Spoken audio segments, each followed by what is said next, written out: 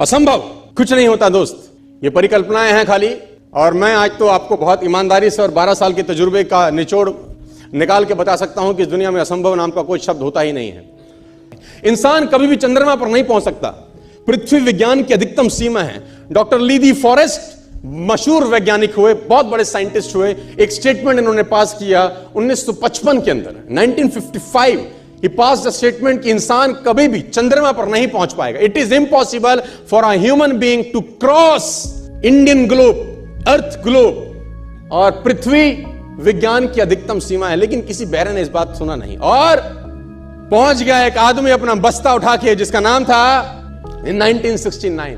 और उसके बाद तो स्पेस जर्नी ऐसी हो गई जैसे आप और मैं अभी पतिया और बैंकॉक चले जाते हैं।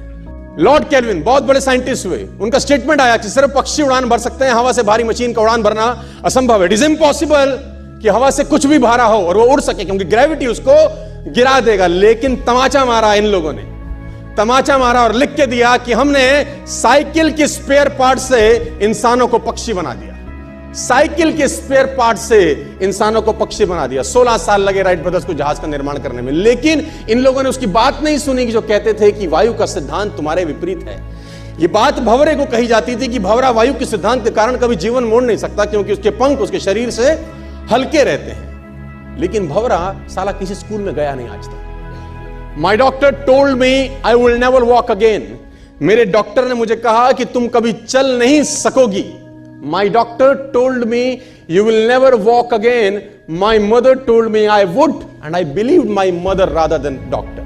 विल्मा रुडोल्फ एक ऐसी एथलीट हुई जिनको पोलियो था, पोलियो था जिनको डॉक्टर ने कहा तू चल नहीं सकती, मां ने कहा तू चल सकती है। उसने कहा मैंने डॉक्टर की बात नहीं मानी, मैंने अपनी मां की बात मानी। 3 ओलंपिक गोल्ड मेडल जीती है लड़की, 3 ओलंपिक गोल्ड मेडल, जिसको डॉक्टर कह रहा है कि तू चल।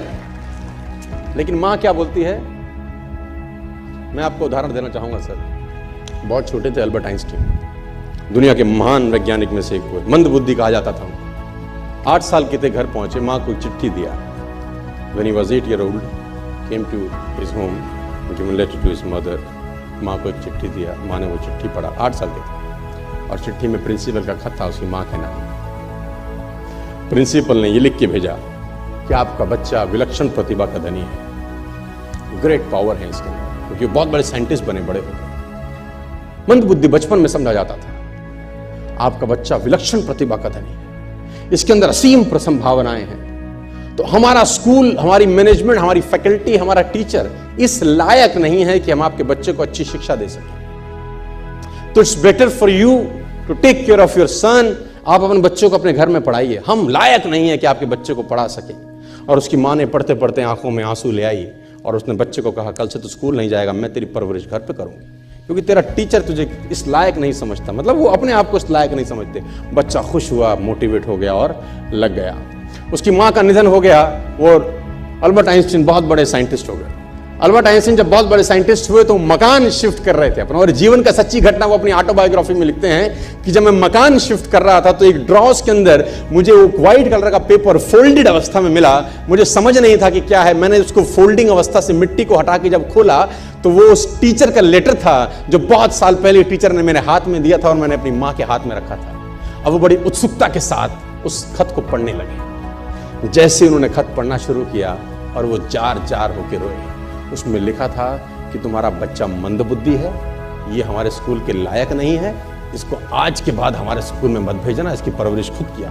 मां ने उल्टा पढ़ा, मां ने उल्टा पढ़ा कि नहीं, ऐसा नहीं है, तू सब कुछ कर सकता है, तेरे हाथ पास पावर है, तेरे में प्रतिभा है, you can do wonders.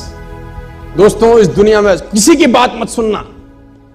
Never ever believe anybody कि जो तुमको बोले कि तू नहीं कर सकता, कान पे मारना, बोला साले तू नहीं कर सकता, हम करेंगे। ज़िंदगी में हमने भी बहुत कुछ सीखा है। लोग कहते हैं कि दुनिया गोल है। भाई दुनिया गोल नहीं है, दुनिया मतलबी है। ये प्यार से नहीं चलती है, मतलब से चलती है। दुनिया में कोई भी रिलेशन बनाने के लिए, कोई रिश्ता जो है ना, उसके लिए 3 चीज़ का होना ज़रूरी है। एक डर, ज़रूरत और इंसानियत। ये 3 चीज़ ही किसी न किसी रिश्ते को रोक के रखता है। आजकल ना ये गर्लफ्रेंड बॉयफ्रेंड ना एक ठो ट्रेंड चल गया, अजब हाल है भाई साहब। एक बात हम आपसे कहना चाहते हैं, मेरे पैसे से अगर आप मोबाइल खरीद लीजिएगा तो अल्टीमेटली इकोनॉमिक्स के हिसाब से उस मोबाइल पर अधिकार किसका होगा? मेरा होगा, क्योंकि पैसा मेरा है। तो आप सोचिए, आप बाप के पैसा से अगर लड़की पटाएंगे तो लड़की किसकी होगी? इकोनॉमिक्स के हिसाब से बाप के लिए। तो लड़कियों को भी कहते हैं कि भाई ऐसा लड़का को मत वैल्यू दो जो बाप की कमाई पे तुमको घुमा रहा है। और लड़कों भी कहते हैं जागो, अगर बहुत शौक है ना गर्लफ्रेंड बनाने का तो अपने पैर पे खड़े हो जाओ। जिस दिन पैर पर खड़े होगे ना, उस दिन समझ में आएगा ये सब चीज़ें फालतू चीज़ें होती है। कई लड़के बेचारे का दिल टूट जाता है, उनका शरीर एम्बुलेंस की तरह हो गया है, घायल दिल लेके घूम रहे हैं। अरे फालतू ये सब चीज़ है। जीवन में किसी के लिए आंसू मत बहाइएगा, वो आपके आंसुओं के काबिल नहीं होगा। और जो आपके आंसुओं के काबिल होगा वो कभी आपको रोने नहीं देगा। दिल टूट गया, गोली मारो यार। प्यार 24 कैरेट का था आपका, उसी की औकात नहीं थी जो खरीद सके। और हस्बैंड वाइफ में भाई साहब, हमारे जितने दोस्तों की शादी हुई है ना, वो सब परेशान रहते हैं हस्बैंड वाइफ में। इन दोनों में केवल एक खराबी है, दोनों अपने आप को सुप्रीम कोर्ट समझता है। हमारे भाई साहब, आप मिलजुल के रहिए। अभी क्या है कि आप जितने भी स्टूडेंट हैं, आप सबका जॉब लगेगा, अपने से सब शादी ब्याह सबकी होगी, भाई आपका परिवार खुश रहे। लेकिन आप देखिए, शादीशुदा इंसान हमेशा परेशान रहता है, ये दोनों हमेशा झगड़ते रहते हैं। समस्या क्या है? वाइफ चाहती है हस्बैंड को समझाएं अपनी बात, और हस्बैंड चाहता है कि हम अपनी बात वाइफ को समझाएं। भाई आप दोनों से कहना चाहते हैं, आप कोशिश करिए ये क्या कहना चाहते हैं, इनकी बातों को आप समझ जाइए।